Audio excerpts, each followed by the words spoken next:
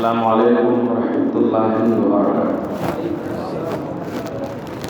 نحمدہ ونصلی ونسلم علی حبیبہ الکریم الامین العزیز الرؤوف الرحیم، اما بعد فاعوذ باللہ من الشیطان الرجیم، بسم اللہ الرحمن الرحیم۔ لو انزلنا هذا القرآن على جبل لرأيته خاشعا متصدعا من خشية الله وتلك الأمثال نضربها للناس لعلهم يتفكرون۔ صدق اللہ العظیم۔ حضور برکت کے لیے درود شریف پڑھ لیجیے۔ اللہم صلی علی سیدنا و شفیعنا و حبیبنا و مولانا محمد معدن الجود والکرم وآلہ الکرام وابنہ الکریم وآلہ واصحابہ وبارک وسلم۔ صلاۃ و سلام علیک یا حبیبی یا سیدی یا رسول اللہ صلی اللہ تعالیٰ علیہ وسلم۔ سورہ حشر کی آخری پیج کے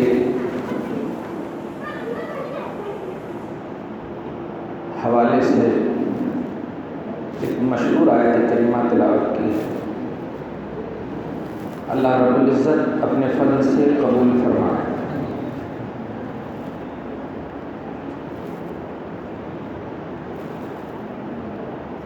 اپنی شان کریمی کے مطابق اس کا اجر عطا فرمائے۔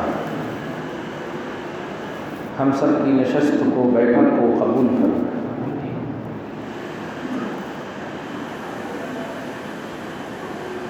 ایک نقطہ جو آپ لوگوں کو دیکھ کر کے آیا ہے وہ بیان کر دوں گا۔ بڑی خوشی ہوئی کہ کسی ایک اور کو بلا لیے ہیں، بڑا اچھا ہوا، تھوڑا تو بوجھ کم ہوا۔ پھر درود شریف پڑھیے، اللہم صلی علی محمد وعلی آل محمد مبارک وسلم۔ کہ میں بولتا ہوں درود شریف پڑھنے کے لیے، لیکن جانتے ہیں یہ در حقیقت اللہ رب العزت سے دعا ہے۔ اے اللہ اپنے حبیب پر رحمت نازل فرما۔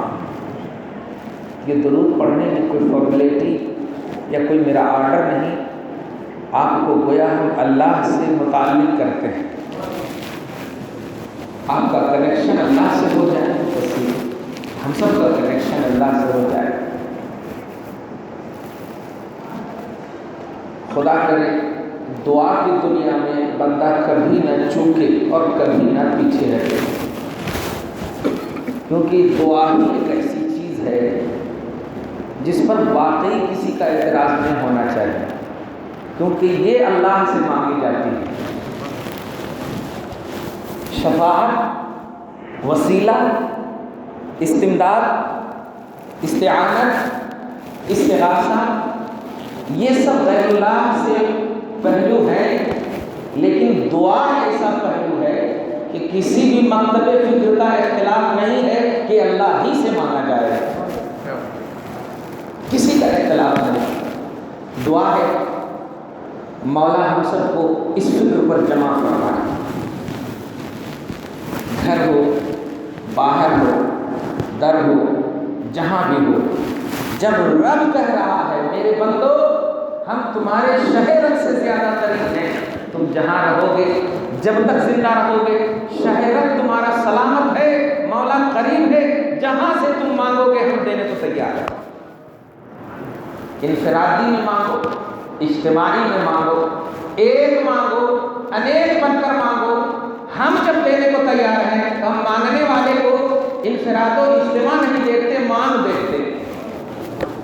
اللہ پاک ہم سب کو اس تصور پر قائم رکھے اور ہم سب کی دعاؤں کو قبول کرے۔ بلکہ غور کریں نا، آج کا عنوان ہی دعا ہونا چاہیے۔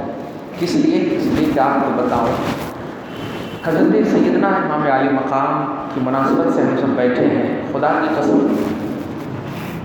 رسول اعظم صلی اللہ علیہ وسلم نے اس خصوصیت کے ساتھ حسن اور حسین کے لیے جتنی خدا سے محبت کی دعا مانگی ہے کسی کے لیے نہیں مانگی۔ اے اللہ اے اللہ اے اللہ، جب تک رہے، جب تک ظاہری طور پر اے اللہ میں ان دونوں سے پیار کرتا ہوں تو بھی پیار فرما، اور ان لوگوں سے پیار فرما جو ان دونوں سے پیار کرتے، تو ان دونوں سے محبت کرے۔ دعا ایک عظیم الشان عنوان ہے، دعا ایک عظیم خدا سے تعلق اور ربط باللہ کا ایک عظیم توفیق ہے۔ اللہ پاک ہم سب کو قائم اور دائم رکھے صحیح سوچ اور صحیح فکر کے ساتھ۔ درود شریف پھر پڑھیے، اللہم صلی علی محمد وعلی آل محمد مبارک وسلم۔ اے بیٹا آگے ہو جائے، میں نے آیت کریمہ تلاوت کی ہے، اب ایک نقطہ دے دیتا ہوں۔ دیکھیے بھائی، حیدرآباد کے حساب سے ایک خادم کی حیثیت سے زندگی گزار رہا ہوں، تو محبت کے حوالے سے آپ سنیے، تو محبت کے حوالے سے جیے۔ موت حیات کا کوئی ٹھکانہ نہیں ہے، کب آپ کو آ جائے کب ہمیں آ جائے پتہ نہیں۔ ہم سب کو حساب دینا ہے اسی اللہ کو جس اللہ سے دعا کی بات کی جا رہی ہے، اس لیے جھگڑے اگڑے مت کیجیے، اور اللہ سے جس بھی زاویے سے تعلق قائم ہونے کے امکانات نظر آئے ایک دم لے لیجیے۔ آپ اللہ سے کنیکشن مضبوط رکھیے، اللہ تبارک و تعالیٰ سے، اور سب سے بیسٹ چیز ہے دعا، سب سے بیسٹ چیز ہے اللہ سے تعلق پیدا کرنے کے لیے دعا کرنا، سب سے بیسٹ۔ اب دیکھیے نا، اللہ پاک نے آیت درود میں کہا اے ایمان والو تم درود پڑھو نبی پر، لیکن نبی سکھا رہے ہیں اللہم صلی علی کہو۔ ارے باپ، نبی یہ نہیں سکھا رہے ہیں کہ ہاں میرے اوپر ایسا درود پڑھو، ایسا درود پڑھو، ایسا درود پڑھو، نبی سکھا رہے ہیں اللہم صلی علی کا معنی۔ تو نبی بھی آیت درود میں بھی جو پرسنل مصطفیٰ کے لیے اتری تھی، عظمت شان حبیب کے لیے اتری تھی، اس آیت درود میں بھی اللہ نے تعلق باللہ کو قائم رکھا اور دعا کا ڈھنگ سکھایا، دعا کی تلقین فرمائی۔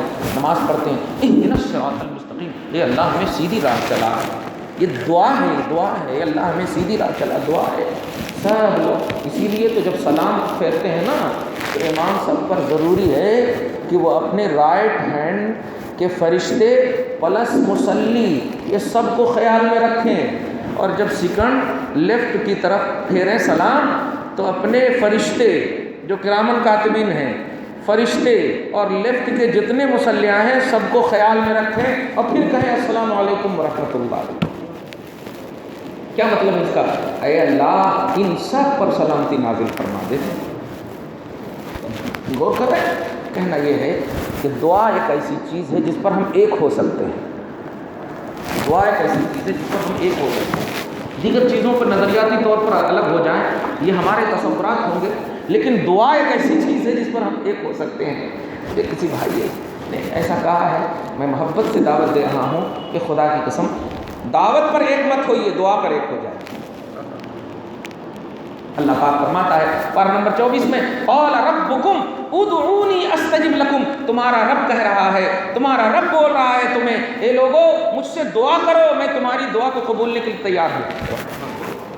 اور سنیے آگے فرماتا ان الذین یستکبرون عن عبادتی سیدخلون جہنم داخرین، جو لوگ میری بارگاہ میں دعا کرنے سے کترائیں گے میں اسے جہنم میں داخل کر دوں گا۔ ارے باپ، دھتکارتے ہوئے جہنم میں ڈال دوں گا۔ علمی بات پر جانا نہیں چاہتا ہوں، یہ سب میں اجتماعی انفرادی کی کوئی قید نہیں ہے، بندہ جب جہاں جیسے، اور سب سے بیسٹ ایک جملہ کہہ کے بتا دو، سب سے بیسٹ جگہ اور سب سے بیسٹ وقت خدا کی قسم نماز پڑھنے کے بعد جو دعا کرنے کا وقت ہے وہ دعا کی قبولیت کا وقت ہے۔ مجھے بتاؤں، گھر میں آپ بے وضو بھی رہتے ہیں، چلتے پھرتے بے وضو بھی رہتے ہیں، لیکن یہاں آپ نے افضل العبادات کی اور احب الاسواق یعنی احب البیوت، سارے گھروں میں سب سے اچھا گھر، ساری جگہوں میں سب سے اچھی جگہ رسول فرماتے ہیں مساجدہا، مسجدیں ہیں، سب سے اچھی جگہ مسجد ہے، تو قبولیت کی شان بڑھ جاتی ہے مسجد میں اگر نماز کے بعد دعا کریں تو سبحان اللہ۔ اور دوسری بات، اجتماع میں دعا کریں تو حدیث ہے ید اللہ علی الجماع، سنو اجتماعیت کے طور پر جب بندہ میرے پاس آتا ہے تو میری مدد ہوتی ہے۔ میں سمجھتا ہوں سمجھ گئے ہوں گے آپ۔ اللہ پاک ہم سب کی دعاؤں کو قبول فرمائے اور اس عظیم عقیدے پر قائم اور دائم رکھے، سلامتی نصیب فرمائے۔ پھر درود شریف پڑھی، اللہم صلی علی محمد وعلی آل محمد وبارک وسلم۔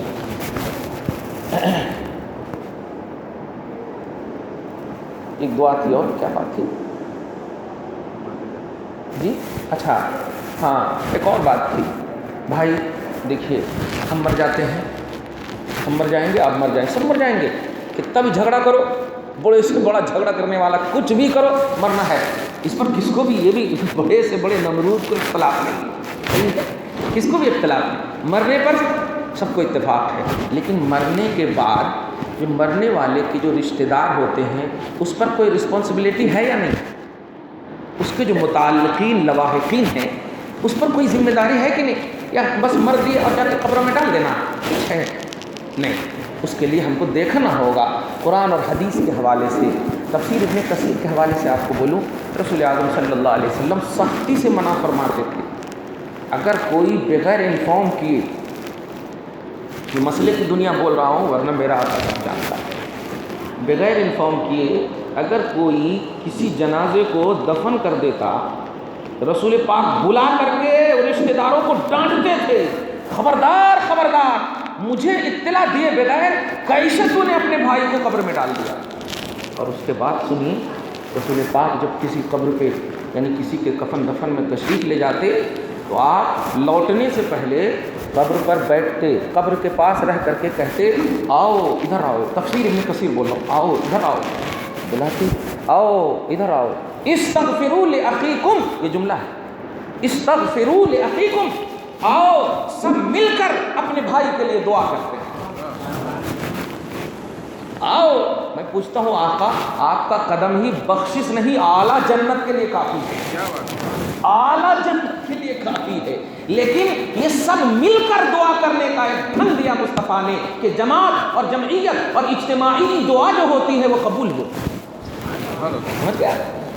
تو جنازہ تیار ہو اور دعا کریں، جتنا ہو سکے کرتے رہیے۔ آپ نماز جنازہ سے پہلے کیجیے، نماز جنازہ کے بعد کیجیے، قبرستان کی کیجیے، گھر جائیے، دعا کا کوئی بھی حصہ مت چھوڑیے ان کے لیے، بس وہی ہے آپ، یہی آپ کی ذمہ داری ہے۔ ان کے مطلب دھن دولت میں تو آپ کھائیں گے، ان کے لیے آپ کو بس یہی کرنا ہے کہ ان کے لیے ہمیشہ دعا کرتے رہیے، بس ان کے لیے ہمیشہ دعا کرتے رہیے، جہاں جس طرح جو بھی ہو اللہ ان کو بخش دے، اللہ ان کی مغفرت فرمائے، اللہ تعالیٰ ان کو درجات بلند فرمائے، ہمیشہ آپ کی دعاؤں میں رہنا چاہیے۔ صحیح ہے، دو بات ہمیشہ دھیان رکھیں، اور کوئی جھگڑا وغیرہ کرنے کی ضرورت نہیں ہے، اور کوئی اس طرح کی حرکت آئے تو بڑے حضرات مل کر کے کم سے کم دیکھو مولانا اپنی جگہ پر رہو، یہ سب بات ہمارے خاندان کی اور یہ ہمارے مسئلے ہیں، ہم بخشش کے آپ ہو سکتا بخشے بخشائے ہوں، آپ ان کے پاس رہیے، لیکن ہم کو دعا کرنے دیجیے۔ سید الانبیاء، امام الانبیاء، اور پھر صحابہ کرام کی نماز پڑھا دی، نماز پڑھا دینے کے بعد پھر دعا کی ضرورت کیا تھی؟ مگر مصطفیٰ جانتے ہیں اگر آج میں نے دعا نہ کیا تو گنہگار امت اور گنہگار امام لوگ جب نماز پڑھائیں گے تو وہ تو دلیل مان لیں گے نا، ان کو کیا تصور ملے گا۔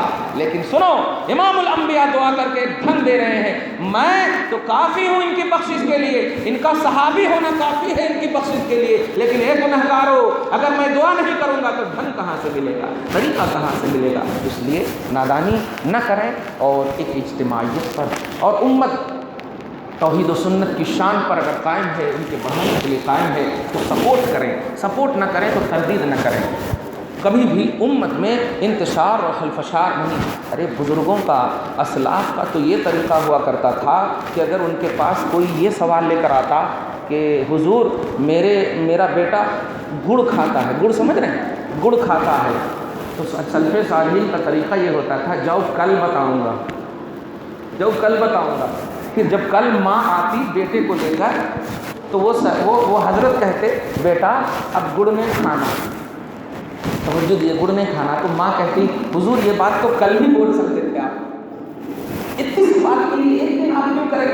آپ نے فرمایا ماں میں بھی کھاتا تھا اس لیے میں کل نہیں بولا، میں چھوڑ دیا ہوں اس لیے بول رہا ہوں۔ دیکھا، کہنا یہ ہے کہ پریکٹیکلی زندگی امت میں خوبصورتی لائی، امت میں نکھار لائی، امت میں رواداری لائی۔ ایک ایسے ہی آج مرکزی حکومت، ایسے ہی آج پوری دنیا مسلم پرسن اللہ کے پیچھے پڑی ہوئی ہے۔ اب آپ لوگ بھی، ہم لوگ بھی آپس میں اگر لڑ مڑ گئے تو ہو گیا، پھر ان کو موقع مل جائے گا، ان کو موقع مل جائے گا۔ ہندوازم جتنے بھی کافر وغیرہ ہیں سب ان کو موقع مل جائے، سپریم کورٹ جج، ان کو کیا معلوم ہے کہ مسلم پرسنل لا کیا ہے، قرآن کیا ہے، حدیث کیا ہے؟ ارے قرآن کا ٹرانسلیشن اگر شریعت ہے تو پھر ایک قرآن کی تفسیر لاکھوں کیوں، پوری لائبریری بھری ہوئی کیوں، اربوں خربوں حدیث کی کتاب کیوں؟ اس کا مطلب یہ ہوا قرآن کی تہ، قرآن کی گہرائی تک پہنچنا یہ ہمہ شمہ کا کام نہیں ہے، ہمہ شمہ کا کام نہیں ہے۔ لہذا ہماری شریعت میں مداخلت کرنے کا غیروں کو موقع مت دو، مسلم پرسنل لا میں موقع مل رہا ہے، ہم آپس میں جو لڑ رہے ہیں، ہم آپس میں چھوٹی چھوٹی چیز کے ذریعے سے اللہ تعالیٰ ہم سب کو محبت پر قائم رکھے، توحید و سنت پر قائم رکھے۔ درود شریف میں پڑھیے اللہم صلی علی محمد وعلی آل محمد مبارک وسلم۔ اب ایک نقطہ بول کر کے ختم کر دوں، حضرت کو سنو آپ الحمدللہ۔ لو انزلنا ھذا القرآن، درس میں بھی وہ حدیث پاک کو میں نے عنوان بنایا تھا، یہ بچہ پڑھ رہا تھا کہ اگر ہم اس قرآن کو پہاڑ پر نازل کریں یا کرتے تو پہاڑ اللہ کے خوف سے، اللہ کی خشیت سے ریزہ ریزہ ہو جاتا۔ مطلب قرآن کو پہاڑ نہیں اٹھا سکتا، یہ ہے قرآن اور پہاڑ ایک جگہ نہیں رہ سکتا، مطلب ہے پہاڑ۔ آپ بتائیے ایک تلوار ہے، آپ کی گردن ماری جا سکتی ہے، لیکن اس تلوار کو اگر ہم 5 کلو کا پتھر لا کر کے توڑنا چاہیں تو توڑ سکتے ہیں کہ نہیں؟ 8 کلو کا 10 کلو کا پتھر لائیں توڑ سکتے ہیں تلوار کو، صحیح ہے؟ جو جملے پہ غور کیجیے، تو 5 کلو 10 کلو کی بات نہیں، علی جبل، علمی نقطہ دو، علی جبل یہ نکرہ ہے، اور مطلب یہ ہوا کہ بڑے سے بڑا پہاڑ، ترجمہ اگر کریں نکرہ کی بنیاد پر تو پہاڑوں، پہلے سورہ احزاب کی آیت کی تفسیر الآیت بالآیت کے حوالے سے بول دو، انا عرضنا الامانۃ علی السماوات والارض والجبال، یہاں فرمایا بھی گیا جبال، تو امانت سے مراد قرآن بھی ہے۔ تو اگر پہاڑوں پر اس قرآن کو رکھتا تو پہاڑ تاب نہ لا سکتا، پہاڑ اپنے اوپر نہیں رکھ سکتا، پہاڑ اپنا ساتھی، اپنی معیت میں پہاڑ اس کے ساتھ نہیں رہتا، ریزہ ریزہ ہو جاتا۔ اور اب جس محفل میں بیٹھے ہیں، نبی فرماتے ہیں میں تم میں 2 چیز چھوڑ کر جا رہا ہوں، ایک چیز ہے، 2 بھاری بھرکم چیز چھوڑ رہا ہوں، ایک چیز ہے قرآن اور دوسری چیز ہے اہل بیت، اور یہ دونوں کو تھامے رہو گے گمراہ نہیں ہوگے۔ حاکم مستدرک میں ہے کہ یہ دونوں کی شان یہ ہے کہ لن یتفرقا حتی یردا علی الحوض، کہ یہ دونوں جدا نہیں ہوں گے، یہ دونوں دوست ہیں، یہاں تک کہ ان کی دوستی قیامت تک، اور قیامت کے بعد حوض کوثر پر یہ دونوں مجھ سے ملیں گے۔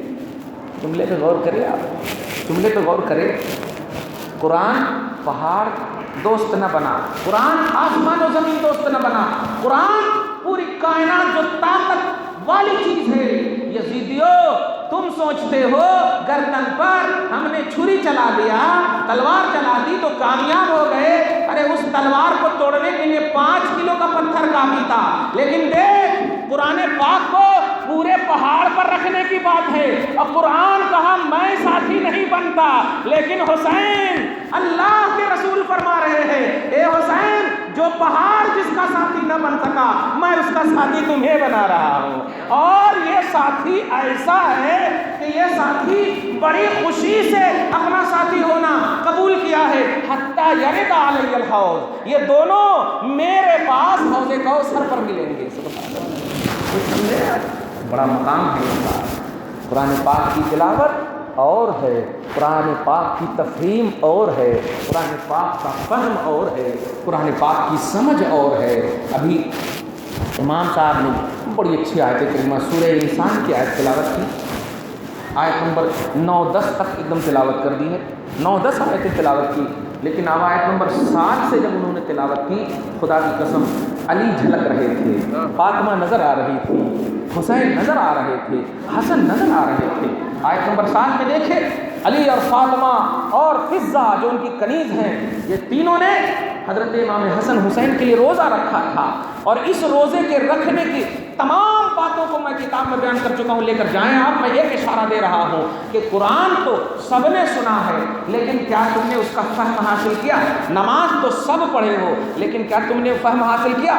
میں جو ذہن دینے جا رہا ہوں پیارے، جو لوگ یہ کہتے ہیں نماز تو دعا ہی ہے، نہیں پیارے، سب کے لیے نماز دعا نہیں ہے۔ مجھے بتاؤ، جو یہ آیت کریمہ سنے ہو، کیا تمہیں علی نظر آ رہے تھے؟ فاطمہ سمجھ میں آ رہی تھی؟ فضا سمجھ میں آ رہی تھی؟ حسن و حسین سمجھ میں آ رہے تھے؟ اگر نماز سب کو سمجھ میں آ جائے تب تو کہہ سکتے ہیں کہ نماز میں جو آیتیں پڑھی گئی اللہ کا کلام ہے، تعلق باللہ ہو سکتا، لیکن ہر بالغ کو قرآن سمجھ میں نہیں آتا۔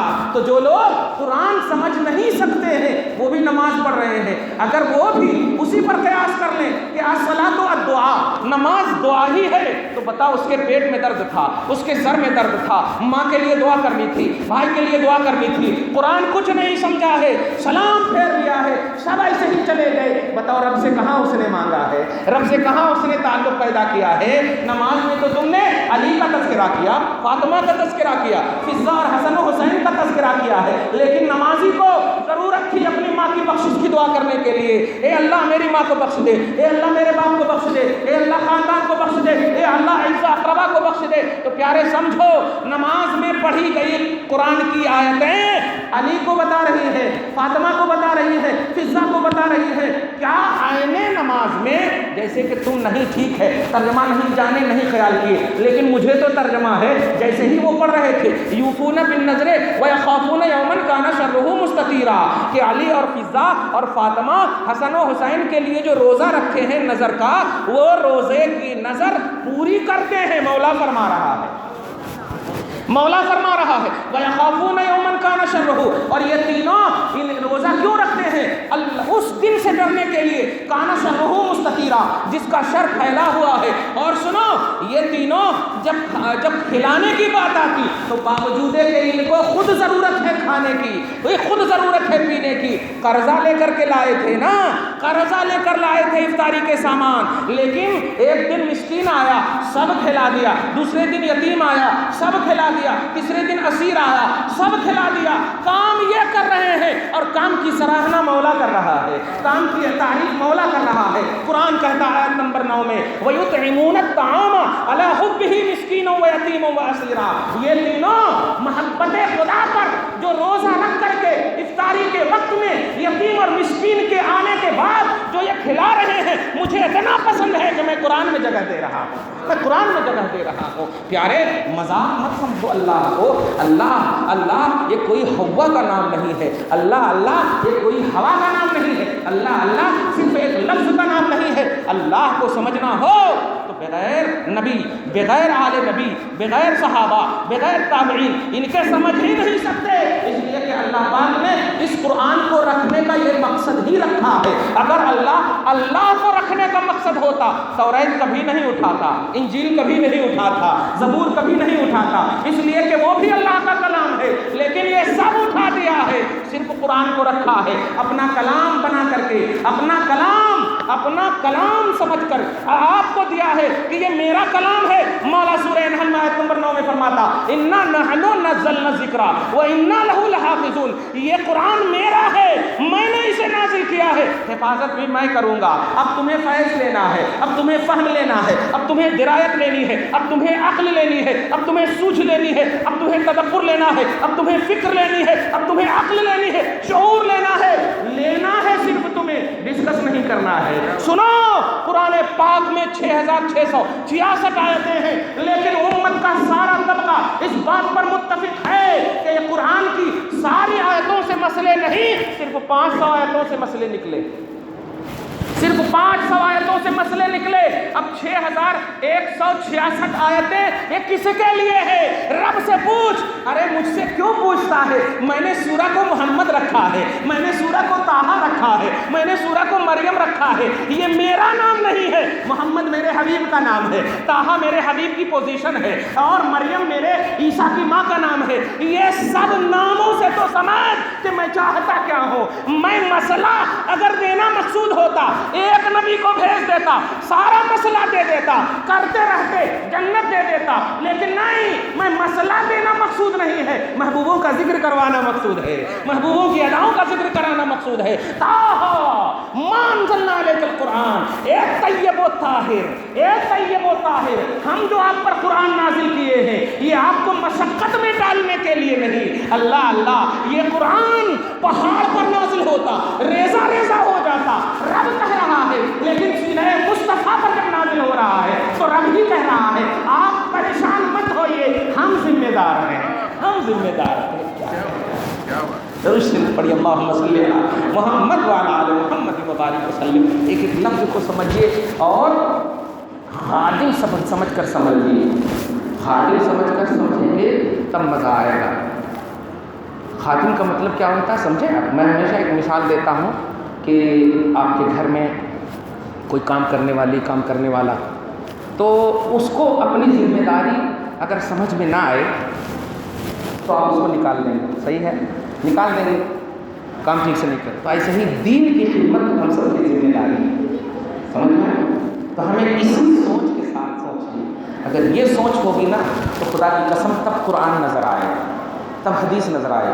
اور جہاں آپ نے سوچ لیا انہوں وہاں سے آئے ہیں, انہوں وہاں سے آئے ہیں, انہوں وہ ہیں, انہوں وہ ہیں, انہوں وہ ہیں, تو یہ انہوں اور یہ سب جو کریں گے تو کچھ سمجھ میں نہیں آئے. یاد رکھیے, توحید اور سنت کے حوالے سے اگر آپ کو عظمت اور شان کی بات ملے, آنکھ بند کر کے لے لیجیے, آنکھ بند کر کے آپ لے لیجیے. توحید و سنت کے حوالے سے توجہ دیجیے گا. توحید و سنت کے حوالے سے, شان کے حوالے سے آپ صحابہ کی زندگیوں کو دیکھیے, بہت سارے ایسے پہلو ملیں گے جس پہلو میں نہ خدا کے کلام کی صراحت ہے اور نہ ہی حدیث رسول کی صراحت ہے, لیکن ریلیٹڈ آف الوہیت یا ریلیٹڈ آف نبوت ہے, ایکسیپٹڈ ہے. قرآن میں بھی نہیں ہے. ایک چھوٹی سی مثال, صلح حدیبیہ سن 6 ہجری کی بات ہے نا. وضو کا وقت ہو گیا, نماز کا وقت ہو گیا ہے, صحابہ نے وضو کا پانی لا کر دیا, مصطفیٰ وضو فرما رہے ہیں اور صحابہ نیچے ویٹ کر رہے ہیں. مصطفیٰ وضو کر رہے ہیں اور صحابہ کرام اپنے ہاتھ کو چھت کے مانند بنا لیے ہیں. رسول اعظم صلی اللہ علیہ وسلم کا ناک سے نکلا ہوا, سر سے نکلا ہوا, ہاتھ سے نکلا ہوا جو بھی غسالہ آ رہا ہے وہ سب کو لے رہے ہیں. بخاری کا جملہ ہے, ما تنخم نخامۃ الا وقعت فی کف رجل منہم فدلک بہا جلدہ وجسدہ او کما قال, کہ نبی پاک جو ناک سے نکالتے تھے, ناک سے جو نکالتے تھے, آج وہاں سے آواز آتی تو ہم لوگ ٹوک دیتے ہیں, ارے یار لوگ بیٹھے ہیں, ذرا بھی آپ کو شرم نہیں آ رہی. لیکن مصطفیٰ جان رحمت کے وہ صحابہ جن کی شان رضی اللہ عنہم ورضوا عنہ, جن کی شان لہم مغفرۃ و اجر عظیم, جن کی شان اصحابی کالنجوم بأیہم اقتدیتم اہتدیتم, جس بھی صحابی کو مانو گے ہدایت پر رہو گے, جس بھی صحابی کو فالو کرو گے ہدایت پر رہو گے. الصحابۃ کلہم عدول, سارے صحابہ عدل کے اعلیٰ منزل پر فائز ہیں. اسی لیے ان رجل عن النبی, اگر حدیث آتی ہے کہ ایک شخص نے نبی سے روایت کیا تو وہ روایت بعد والے تابعین سے اعلیٰ ہوا کرتی ہے اگرچہ نام نہ ہو. صحابہ کا مجہول ہونا, یعنی صحابی سے روایت ہو اور ڈائریکٹ نبی اور صحابی ہو, اگر نام نہ بھی معلوم ہو تو بعد والے صالح مشہور راوی سے بھی وہ اعلیٰ روایت ہوتی. تو صحابہ کا یہ مقام ہے, توجہ دے رہے ہیں آپ, صحابہ کا یہ مقام. وہ صحابہ, قرآن پاک کی آپ 6666 آیتیں اٹھا لیجئے, ایک بھی آیت میں نہیں ہے کہ جب نبی وضو کریں تو تم لوگ ہاتھ نیچے رکھنا. رسول پاک کی کسی حدیث میں نہیں ہے کہ صحابیوں میں وضو کروں تو ایسے ہاتھ رکھنا, لیکن صحابہ کر رہے ہیں. نہ خدا کی طرف سے کوئی آیت اتر رہی ہے کیونکہ ابھی نبی موجود ہے ظاہری طور پر. تو اگر توحید و سنت کے خلاف حرکت ہوتی تو فوراً مولا اتار دیتا, فوراً کوئی آیت اتارتا, یا مصطفیٰ ڈائریکٹ فرماتے کہ یہ بدعت ہے, یہ حرام ہے. لیکن محبت کا مسئلہ نہیں پوچھنا, محبت کرنا پیارے.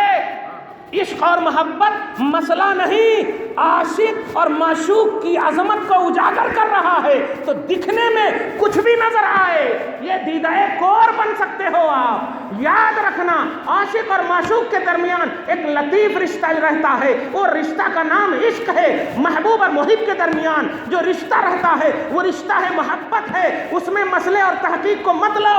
بخاری نے اس حدیث کو نقل کیا کتاب الشروط میں کہ نبی جب گراتے تھے تو صحابہ لیتے اور جن کو نہیں ملتا لیے سو کے ہاتھ پر ہاتھ رکھ کر مل لیتے تھے۔ اب آپ غور کریں، مل لیتے تھے، پانی صرف نہیں ناک کی چیز مل لیتے تھے۔ اب تو سمجھو کہ قرآن پاک میں صراحتاً حکم موجود نہ تھا اور حدیث پاک رسول پاک کی طرف سے بھی صراحتاً حکم موجود نہ تھا، لیکن صحابہ نے عمل کیا۔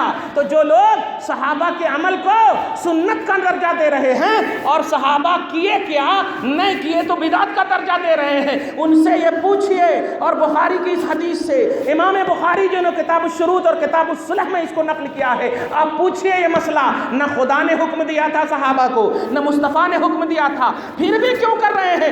جواب عشق کا یہی ملے گا کہ ان کی نیت میں مصطفیٰ کی شان تھی، ان کی نیت میں مصطفیٰ کی محبت تھی، اور محبت کرنے والا اپنے محبوب کو خوش کرنا چاہتا ہے، ادائیں کچھ بھی ہو، ادائیں کچھ بھی ہو۔ یہی وجہ ہے کہ نبی اعظم صلی اللہ علیہ وسلم حسن سے اتنا پیار کرتے، حسین سے اتنا پیار کرتے تھے کہ خدا کی قسم منبر رسول پر ہوتے، خطبہ دے رہے ہوتے، خطبہ دیتے دیتے اچانک کبھی حسین آ جاتا، اچانک کبھی حسن آ جاتے، یہ دونوں میں سے کوئی یا دونوں بھی آ جاتے، رسول پاک منبر سے اتر جاتے اور حسین کو ہاتھ میں لے کر بٹھا لیتے، اور بٹھا لینے کے بعد میں پوچھتا ہوں یا اللہ تو نے کیوں نہیں مصطفیٰ کو ڈانٹا؟ کیوں نہیں ڈانٹا؟ کیونکہ خطبہ دیتے وقت جو ہے کوئی شریعت ہی کا کام کر سکتے ہیں، توجہ دیجیے گا، شریعت ہی کا کام کر سکتے ہیں۔ یعنی اگر امام صاحب خطبہ دے رہے ہیں جمعہ کا، اب کوئی خطبہ دے رہے ہیں اور کوئی اگر امور منکر یعنی ناپسندیدہ امور سرزد ہیں، مطلب بچے وغیرہ کو ڈانٹنا ہے، اور کوئی ٹوپی نہیں ہے تو ٹوپی پہنانا ہے، کوئی نماز پڑھ رہا ہے تو اس کو روکنا ہے، خطبہ دیتے وقت نماز نہیں پڑھنا، یہ سب اس چیز سے روک سکتے ہیں۔ حسین کے آنے سے کون سا مسئلہ تھا؟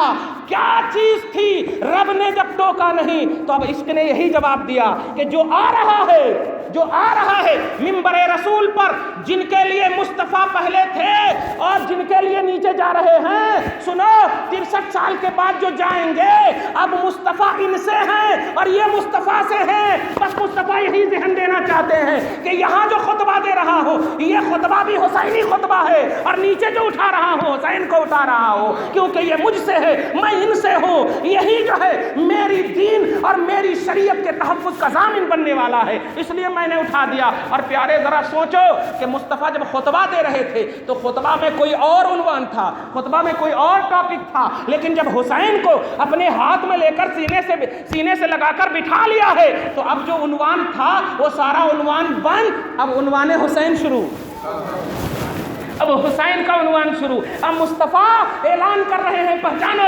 مصطفیٰ اعلان کر رہے ہیں پہچانو، یہ میرا بیٹا ہے، یہ میرا سید ہے، اے اللہ میں ان سے پیار کرتا ہوں، تو بھی ان سے پیار کر، اور اے اللہ جو لوگ پیار کرتے ہیں ان سے بھی پیار کر۔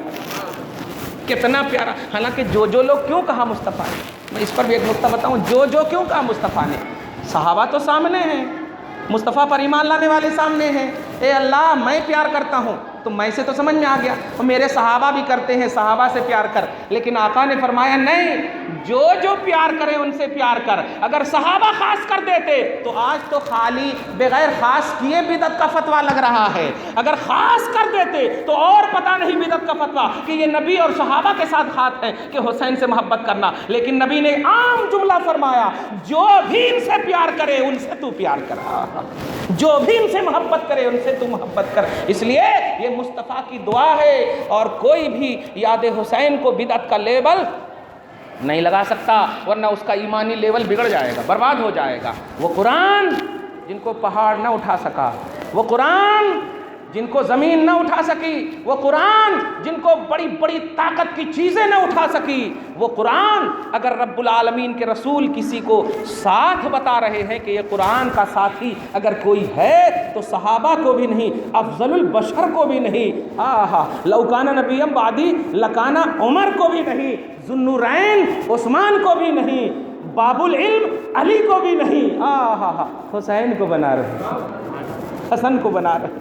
اللہ اللہ، آپ نہیں جانتے ہیں، خدا کی قسم، قرآن پاک جب پڑھیے گا اور واقعی محبت سے پڑھیے گا تو سبجیکٹ کے اعتبار سے سب بچے پڑھتے ہیں، لیکن پڑھنے والوں سے پوچھئے، کسی کو بایولوجی میں مزہ آتا، کسی کو کیمسٹری میں مزہ آتا، تو مزہ جس سبجیکٹ میں آتا اس کی بات الگ ہوتی، اس میں 100% آنا ہے، نتیجہ تو آنا ہے، یہ تو طے ہے، باقی بس امتحان کے ڈر سے فارمیلٹی کے طور پر پڑھ لیتے ہیں۔ لیکن حسین کا سبجیکٹ بڑا چوائس اور بڑا منتخب سبجیکٹ ہے، خدا کی قسم اتنا منتخب سبجیکٹ ہے کہ آپ پسند کرو اور کیسے ہی نہیں کرو گے، اس لیے کہ اس پسند کو اللہ نے پسند کیا ہے، نبی نے پسند کیا، تو یہ ہمارا ایمانی سبجیکٹ بن گیا، یہ ہمارا توحید کا سبجیکٹ بن گیا۔ لہٰذا توحید اور سنت کے سبجیکٹ کو اگر کوئی پسند نہ کرے تو وہ مومن کہاں سے ہو سکتا؟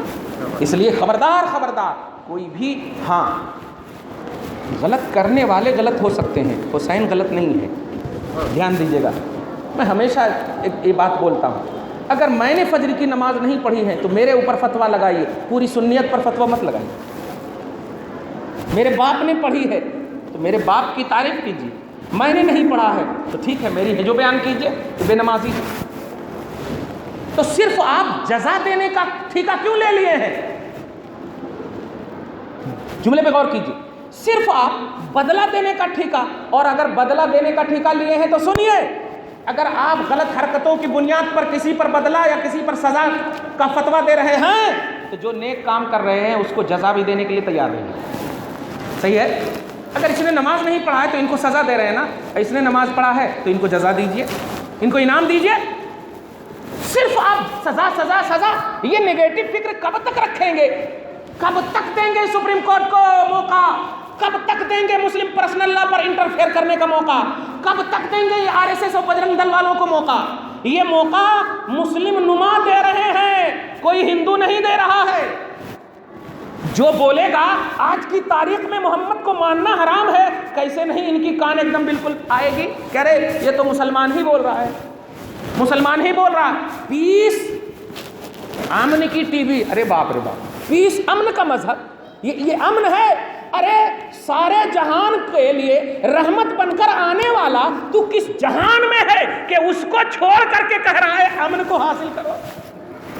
وَمَا أَرْسَلْنَاكَ إِلَّا رَحْمَةً لِّلْعَالَمِينَ، تو جہان میں ہے یا نہیں؟ کوئی جہان ہی نہیں ہے جہاں مصطفیٰ کا امن نہ ہو، مصطفیٰ کی رحمت نہ ہو۔ تو اب یہ جملہ کہنا آج کی تاریخ میں محمد کو ماننا حرام ہے تو وہ جہان ہی نہیں ہے، کیونکہ میرا نبی ساری تاریخ کا رحمت ہے، ساری تاریخ کے لیے امن ہے۔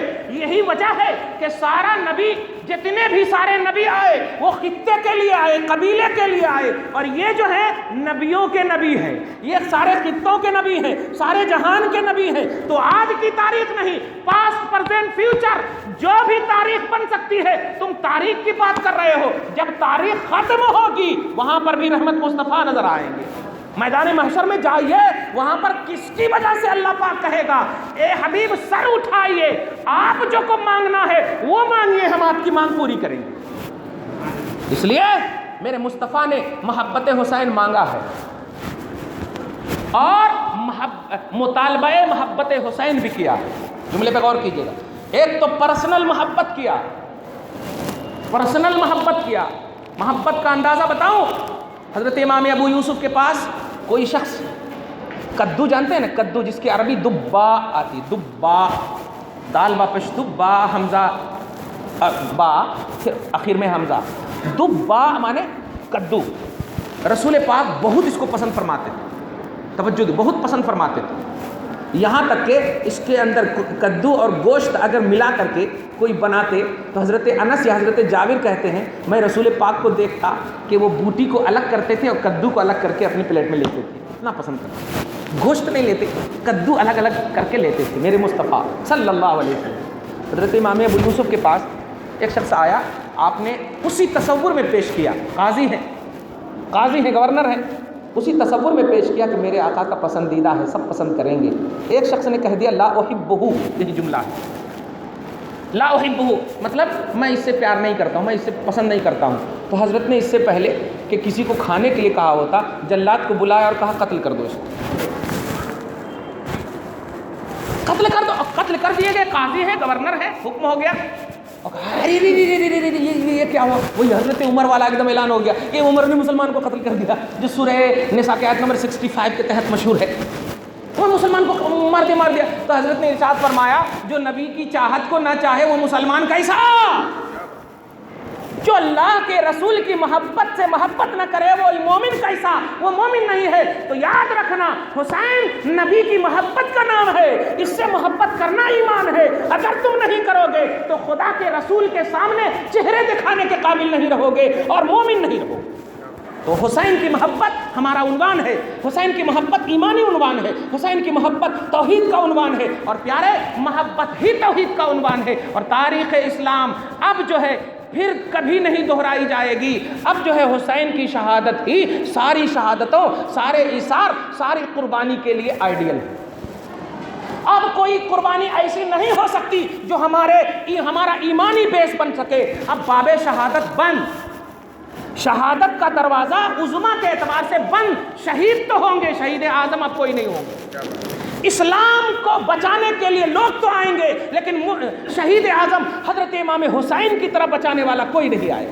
لہٰذا اتنا بیسٹ جب ہمارے پاس مرکز محبت مصطفیٰ اور مرکز محبت خدا توحید و سنت کا مجموعہ بن کر کے جب موجود ہے تو اس پر آج ایک میسج دے رہا ہوں. پیارے رسول کی اس دعا کا واسطہ ہے، محبت حسین پر ایک ہو جاؤ.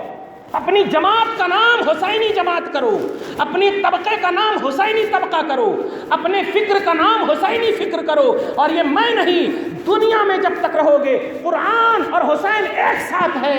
مرنے کے بعد بھی حوض کوثر پر مصطفیٰ سے یہ قرآن اور حسین ایک ساتھ ملنے والے ہیں. حوض کوثر چاہیے، قرآن کو صرف مت پکڑو، حسین کو بھی پکڑو، حسن کو بھی پکڑو، اہل بیت اطہار کو پکڑو، نہیں تو پھر کوئی کام نہیں آئے گا. قرآن صرف قاف را الف نون کا نام نہیں ہے، اللہ صرف الف لام ہا کا نام نہیں ہے. اللہ کو سمجھیے، اس کے ڈیفینیشن کو سمجھیے، مقصد توحید کو سمجھیے، تقاضۂ کلام رب کو سمجھیے، خدا مانگتا کیا ہے سمجھیے، چاہتا کیا ہے سمجھیے. رب نے مصطفیٰ کو 40 سال تک پرسنل ٹریننگ دیا اور اس کے بعد پھر اعلان نبوت کروایا. آپ نے تو حدیث میں سنا ہے، خطبے میں پڑھتے ہوں گے، وآدم بین الماء والطین کنت نبیا. جب آدم ابھی موجود نہیں تھے میں نبی تھا. آدم کے بعد آدمیاں ہیں، آدم سے پہلے آدمیاں نہیں ہے. اب مصطفیٰ کہہ رہے ہیں میں آدم سے بھی پہلے نبی تھا. تو یا اللہ جب آدم سے بھی یہ پہلے نبی ہیں تو پیدا ہونے سے جب ظاہر ہوئے میرے آقا تو یہ آقا کو شروع ہی میں کیوں نہیں اعلان نبوت کروایا؟ جواب ملا نہیں، مجھے فیوز و برکات کل دینا مقصود ہے. میں وہ تمام سعادتوں سے مالا مال کرنا چاہتا ہوں اپنے حبیب کو کہ مصطفیٰ کو دیکھیں تو دیکھ کر لوگ ایمان لائیں، مصطفیٰ کو دیکھیں تو دیکھ کر لوگ توحید کا کلمہ پڑھیں، مصطفیٰ کی عمر کو توحید کا کلمہ سمجھے. چنانچہ قرآن میں کہا گیا کہ جب اعلان رسالت ہوا تو اعلان رسالت کے بعد پروردگار عالم نے جب اعلان رسالت کروایا تو امت نے دلیل مانگا. رسالت کے اعلان یعنی توحید کے اعلان کی وجہ کیا ہے، توحید کے اعلان کا بیس کیا ہے، اس کی دلیل کیا ہے؟ تو رسول پاک پر ایک آیت اتر کر کہتی ہے اے حبیب کہہ دیجئے کہ میں بچپن سے لے کر 40 سال کی عمر جو اعلان رسالت سے پہلے تم میں کاٹا ہے یہ پوری عمر جو ہے اللہ کے توحید کی دلیل ہے. فقط لبثت فیکم عمرا من قبلہ افلا تعقلون. اعلان رسالت سے پہلے کی جتنی بھی عمر میں نے تم میں گزاری ہے وہ ایک اللہ کے ہونے کی دلیل ہے. اب بتائیے توحید کی دلیل عمر مصطفیٰ اور 40 سال کے بعد جو عمر گزار رہے ہیں، 10 سال گزر جاتا ہے، 11 سال گزر جاتا ہے، 12 سال گزر جاتا ہے. ان درمیان میں حضرت ابوبکر ایمان لائے، ابو بکر ایمان لائے، عمر ایمان لائے، خلفائے راشدین ایمان لا چکے ہیں. اتنے بڑے اجلہ بلکہ رأس الصحابہ، رؤوس الصحابہ ایمان لا چکے ہیں. لیکن نہ نماز ہے، نہ حج ہے، نہ زکوٰۃ ہے. معراج میں نماز بلا رہے ہیں جو ہجرت سے 1 سال پہلے، اور ہجرت کے بعد نماز کے بعد حج کا مسئلہ نازل ہو رہا ہے، زکوٰۃ کا مسئلہ نازل ہو رہا ہے. جو لوگ نماز، حج اور زکوٰۃ کی بنیاد پر اللہ کا انٹروڈکشن کرا رہے ہیں ان سے پوچھئے میرے آقا سے بھی تم زیادہ سمجھدار اور سنو رب سے بھی زیادہ سمجھدار ہو کہ اللہ تبارک و تعالیٰ نے ایمان تو لا دیے سارے لوگ، لا الہ الا اللہ محمد الرسول اللہ، لا الہ نہیں ہے کوئی معبود، نہیں ہے کوئی معبود مگر اللہ ہے معبود، لیکن عبادت کے لائق جب اللہ ہے تو عبادت دے نا مولا، عبادت کیا کروں؟ خالی بول رہے ہیں عبادت کے لائق اللہ ہے، 10 سال 12 سال تک عبادت کے لائق اللہ ہے، نماز فرض ہوئی معراج میں، اس کے بعد جو ہے عبادت کی جا رہی ہے۔ بتائیے یہ 12 سال تک میرے صحابہ کیا کرے، علی کیا کرے، ابو بکر عمر عثمان کیا کرے؟ جواب ملتا ہے یہ سب مصطفیٰ کو دیکھے سب سے بڑی عبادت ہے، مصطفیٰ کو سمجھے سب سے بڑی عبادت ہے، مصطفیٰ کو چومے سب سے بڑی عبادت ہے، مصطفیٰ کو دیکھے اٹھے بیٹھے جو کہے مصطفیٰ سن لیے یہ سب سے بڑی عبادت ہے۔ تو رب چاہتا ہے مصطفیٰ کو سمجھو، مصطفیٰ چاہتے ہیں حسین کو سمجھو، تم کیوں اپنا لاجک لگا رہے ہو کہ نہیں اللہ اللہ اب سب کو چھوڑ کر اللہ اللہ؟ نہیں، آخری آیت بول کر ختم کر دو۔ اللہ سبحانہ فرماتا ہے اے لوگو، اے بشر، تو بشر ہے، تو بشر ہے، انسان ہے، اور ما کان لبشر ان یکلمہ اللہ، کسی بشر کو یہ حق ہی حاصل نہیں ہے کہ وہ مجھ سے ڈائریکٹ کلام کرے، وہ کرنا چاہتا ہے تو جائے پہلے نبی کی بارگاہ میں، نبی ہم سے کریں گے، یہ نبی سے کریں گے، یہ نبی سے کریں گے۔ ہمارا واسطہ، ہمارا امتی ہونے کا مسئلہ، ہمارا امتی ہونے کا ٹارگٹ قدم مصطفیٰ ہے، یعنی ہمارا سورس آف ایمان، ہمارا سورس آف نالج آف ایمان، ایمان کے تعلق سے نالج کا جو بیس ہے وہ مصطفیٰ ہے۔ اس لیے پیارے آپ کو اسی تصور میں کہیں بھی جس زاویے سے آپ رہیے، اسی تصور میں، اسی محبت میں رہیے، امت میں ڈیوائیڈ مت کیجیے، تقسیم مت کیجیے، امت کو حسینی محبت پر یکجا کیجیے، مت یہ 2.5 انچ کی مسجد الگ الگ مت کیجیے، محبت پر قائم رہیے، اور محبت ہی ایک ایسی چیز ہے جو ساری عداوتوں کی دیوار کو ختم کر دیتی ہے۔ خدا کی قسم اسی لیے رسول پاک پر آج تک کسی نے انگلی نہیں اٹھایا، کیوں؟ گالیاں سن کر کے دعا دینے والے یہی تو محبت ہے، پتھر کھا کر دعا دینے والے یہی تو محبت ہے۔ اور آج اگر خلاف ذرا سے کوئی بول دیتا ہے تو آپ پورا ایک دم امنڈ پڑتے ہو، کیا ہے یہ تبلیغ ہے، یہ دعوت ہے، یہ توحید ہے، یہ سنت ہے، یہ کچھ بھی نہیں ہے، یہی بدعت ہے، یہی جہنم میں لے جانے والی چیز ہے۔ اگر آپ چاہتے ہو کہ ہمارا باپ اور بیٹے کا یکساں ذہن رہے، یکساں فکر رہے، باپ کہیں الگ جماعت سے ہے، بیٹا کہیں الگ جماعت سے ہے، گھر گھر میں خانہ جنگی، گھر گھر میں فرقہ بندی، یہ سب کو ختم کرو۔ اگر یہ ختم کرنا چاہتے ہو تو مت بہے نظر مصطفیٰ، اے اللہ میں حسن و حسین سے پیار کرتا ہوں، تو بھی پیار کر، اور جو اس سے پیار کرتے ہیں ان سے پیار کر۔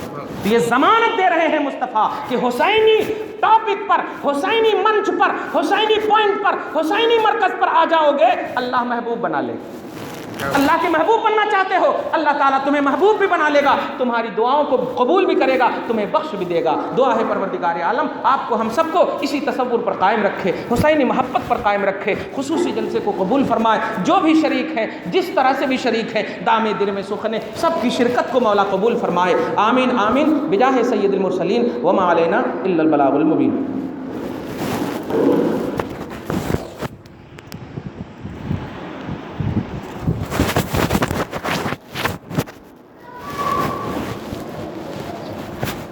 آپ کاروائی کیجیے۔